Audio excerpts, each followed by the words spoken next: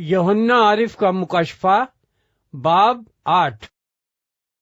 जब उसने 7वीं मोहर खोली तो आध घंटे के करीब आसमान में खामोशी रही और मैंने उन 7 फरिश्तों को देखा जो खुदा के सामने खड़े रहते हैं और उन्हें 7 नरसिंगे दिए गए।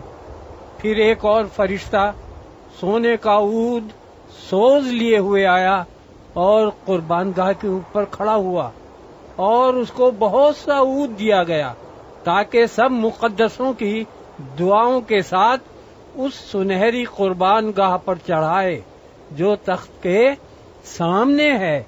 और उस ऊद का धुआं फरिश्ते के हाथ से मुकद्दसों की दुआओं के साथ खुदा के सामने पहुंच गया और फरिश्ते ने ऊद सोज लेकर उसमें कुर्बानगाह की आग भरी और जमीन पर डाल दी और गरजें और आवाजें और बिजलियां पैदा हुई और भूचाल आया।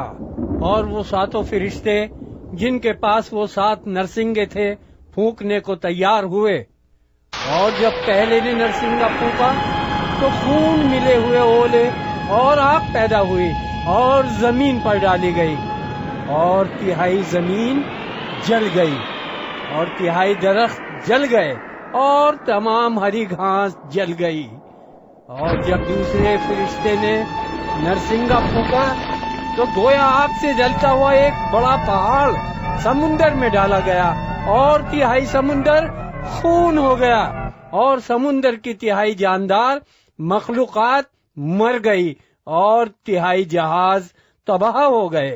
और जब तीसरे फरिश्ते ने नरसिंगा फूंका तो एक बड़ा सितारा मशल की तरह जलता हुआ आसमान से टूटा और 1/3 दरियाओं और पानी के चश्मों पर आ पड़ा। उस सितारे का नाम नागदौना कहलाता है। और 1/3 पानी नागदौने की तरह कड़वा हो गया और पानी के कड़वा हो जाने से बहुत से आदमी मर गए।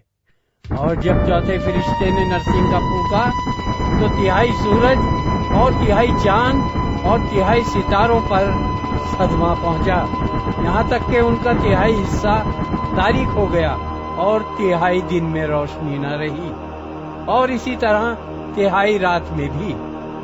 और जब मैंने फिर निगाह की तो आसमान के बीच में एक उकाब को उड़ते और बड़ी आवाज से ये कहते सुना, उन 3 फरिश्तों के नरसिंगों की आवाजों के सबब से जिनका फूंकना अभी बाकी है, जमीन के रहने वालों पर अफसोस अफसोस अफसोस।